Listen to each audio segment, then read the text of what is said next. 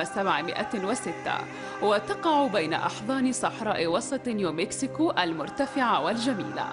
من الموائد الصخرية الخلابة إلى ضفاف نهر ريو جراندي المتعرج وجبال سانديا، مما يجعلها جزءاً لا يتجزأ من الجنوب الغربي الأمريكي الأصيل. أما طريق 66 الذي أقيم بمحاذاة قضبان السكة الحديدية الأصلية ومسارات الغرب القديم التي أقامها المستكشفون الأوائل، فيخترق مدينة ألباكيركي، ويعرف كذلك بالطريق الأم، فهو طريق له معزة خاصة في قلوب الأمريكيين. ويحض الطريق مطاعم ومتاجر مختارة تعطي الوافد الجديد لمحة عن الماضي.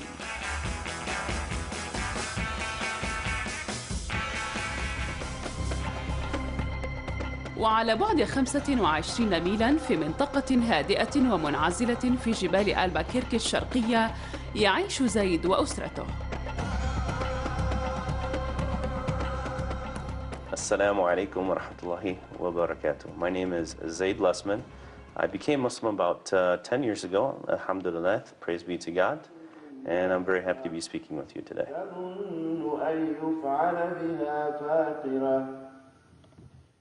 Assalamu alaikum wa rahmatullahi wa barakatuh. My name is Hiba Ahmed, and I was born and raised in the United States, and I've been raised all my life as a Muslim.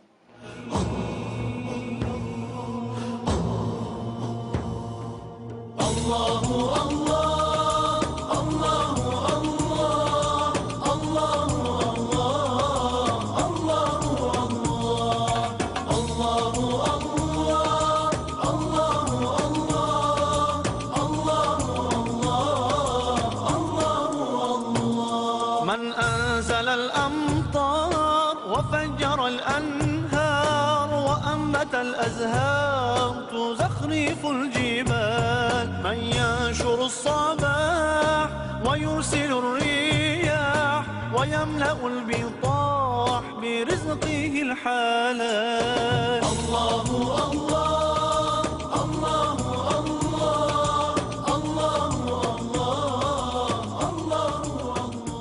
I was born in 1975 to a Methodist family. So I was born and raised in a Methodist family in the middle of Illinois, in kind of a more rural area. Okay, not in a big city, in a small city. And so we attended the church regularly every Wednesday and Sunday. We do newsletters, and we're a very integral part of definitely the church society and whatnot. So I always grew up going to Sunday school and learning about God and learning about the Gospels and the Bible and whatnot. And then came the time basically for confirmation. So when you affirm your belief in God and belief in the religion that you've chosen, being Methodist and whatnot. So in the process of taking these confirmation classes, basically I got into a discussion with a pastor about just exactly the belief system. That's what we believe. This isn't a metaphor. This isn't figurative. This is truly, truly what you believe, that Jesus is God. And the pastor, of course, said yes. So then I remember after that class, then going with my mother and father home in the car and saying exactly the same thing to them. And so my mother turns around in the car and says, yeah, of course we believe this. You know, this is what we've believed. This is what your grandmother believed and everything. What are you saying? And I'm like, well, I don't understand why Jesus, peace be upon him, would actually, you know, not say, I, Jesus, am God. And why does it have to be so abstract in the Bible?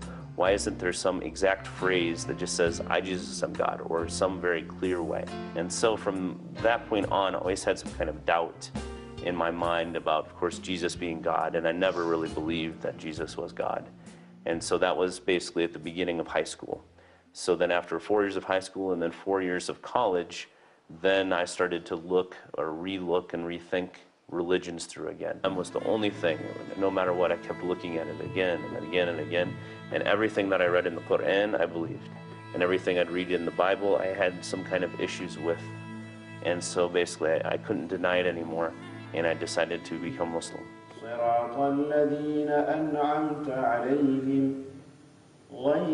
So when I first became Muslim, that was like, it has to be one of the happiest days of my life. Okay? In that moment, it was a great source of happiness. And here in the States, when you become Muslim, what seems to be the trend is that that person that wants to become Muslim will go to the masjid on Friday for Friday prayers and will stand up in front of the entire congregation and will declare their shahada. So you have plenty of witnesses and whatnot for everything. And so, though it's not necessarily required, that seems to be what we do here in the U.S. And so that moment was just amazing. I was trembling. I can remember barely being able to say it. You know, it was a very emotional experience. Immediately after, you know, every single person in the masjid, there was like nobody that left that masjid, you know, probably 500 people. Everybody came up and hugged me, shook my hand, cried. It was just a really great time. Wow. When Zayd first converted, my wife and I were both concerned about his religion. When I told my mother and father the decision that I had made and that I'd actually done it, this was a major problem. And so there was a period of about 2 weeks where they just wouldn't speak to me. And literally it was said to me that you're thrown out of the family. It was a very, very difficult time in my life. خلال عطلة الدراسة قرر زيد السفر إلى مصر لدراسة اللغة العربية والقرآن.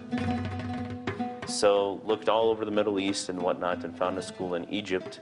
And so went to a school in Egypt. It's called Markaz Fajr in Egypt. Excellent place. And I went there and I lived there for about a year. And so when I lived there, you know, I met all kinds of Muslims from all over the world, from Europe and, you know, Pakistan and India and whatnot. Russia, Bosnia, lots of Russians actually, and great people. Anyway, long story short, so I lived in Egypt there for a year, and I studied Arabic, and that's where I learned to speak Arabic. في تلك الأثناء تعرف زيد وهبة في الجامعة في إلينوي. My parents are originally from Egypt. They were born and raised there, and their ancestry is Egyptian. They immigrated to the United States about 37 years ago, and I was actually born in Tennessee, and then lived there till I was 12 years old. Then my mother, who is a civil engineer, got a job in Texas, so we relocated to Texas, and I went to school at a Catholic all-girls school. My parents really liked that because they said the nuns were going to keep me in line, and I eventually went to college, got my bachelor's degree in mechanical engineering, and then went to the University of Illinois for my master's degree. I was working in a lab, and he used to come and borrow certain equipment from there. And he didn't actually know that I was Muslim because I wasn't outwardly Muslim, but at the time he had started his faith journey and was studying Islam. And so when he found out I was Muslim, through conversation, he started asking me all these questions that I couldn't answer because I didn't know very much. So his questions pushed me to really go on my own faith journey and to say, okay, if I'm going to label myself a Muslim, then I better know what that means, and I better make sure that I have a conviction in that and choose it. So, you know, some people look at us and think, oh, did he become Muslim for you? And I actually tell people that he's the one that really pushed me to figure out what I believe. So it was very surprising and interesting to me and very humbling to me that this person who was, you know, born and raised in America and raised Christian was interested in the religion that I claimed. And that was another reason that kind of pushed me into starting to want to have answers, because if he actually knew more about Islam than me at that point. بعد أن حصلت هبة على درجة الماجستير في الهندسة الميكانيكية، التحقت بالعمل في شركة خدمات نفطية في تكساس. كانت إحدى المهندسات القليلات. So I was one of the few engineers working for this company, and unfortunately I was very sexualized and objectified in the workplace. And what I mean by that is men would tell sexual jokes around me. They would touch me in ways that were inappropriate. At the time I was not covering. And it was right before September 11th. I remember for a long time I was really struggling with my identity as a Muslim, because at this point I had started studying Islam more because of my interaction with the person who would become my husband and my interaction with different Muslims in graduate school. But at the same time I still was not confident enough or ready to put on the veil or to start to show an outward appearance of being a Muslim. Then September 11th happened, and I was at work at the time, and I remember my boss was saying to another person that I worked with, we need to just go over there and drop nuclear bombs on all of them. And he was clearly talking about the Muslims. And that was the first time I really started to feel like the other. But prior to that, I had never questioned being an American. I had never questioned my status in American society. But with that statement and with the events of 9/11, all of a sudden, I was the stranger. I was the other. I was almost, you know, the enemy in this country. And it really shook me. It shook me to really think about who I was and how I wanted to present myself in society. 5 days after September 11th, I put the scarf on in public for the first time. So I was still working. I would wear normal business clothes, pants and shirts and this kind of thing, but I would have a scarf on. And then about 6 months after that, when the rhetoric at work was very polarized and I was constantly having fights with my coworkers about being Muslim and about 9/11 and about, you know, their stereotypes of Muslims, and also just the whole sexualized nature of the environment, I decided that I didn't want to work there anymore. At the same time, I had also been studying and taking classes in Islam, and I would say that my faith really increased. So I quit 6 months after September 11th, and the day I quit, I started to cover fully in this way that you see me now.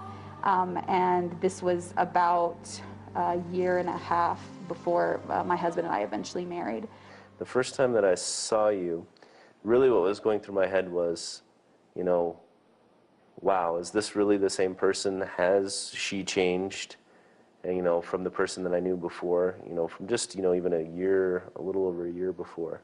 And so that was something that went through my head. But then, of course, we had conversations, and it was clear that you still were of the same mindset and whatnot. So that was put to rest. But then also, too, I have to admit, the other thing that was going through my head at that moment was, wow, so really? I'm Muslim, and now I'm going to marry a true Muslim wife here. I'm Like getting sealed the deal, huh? full package, and, you know, and really, there's no hiding anymore when you go out, because, you know, now when we go out, it's like there's the Muslim couple. But it was so, strange for you initially to go out in public with me, right? It was strange. I mean, I have to admit, you know, my appearance is that of still an American.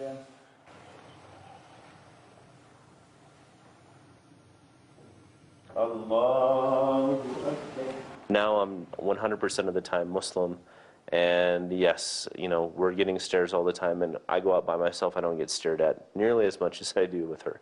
But I mean, the communities here are great, and because I think we try to be outgoing, we try to speak to the people, tell them about who we are. It's not just, you know, everything's Islam all the time.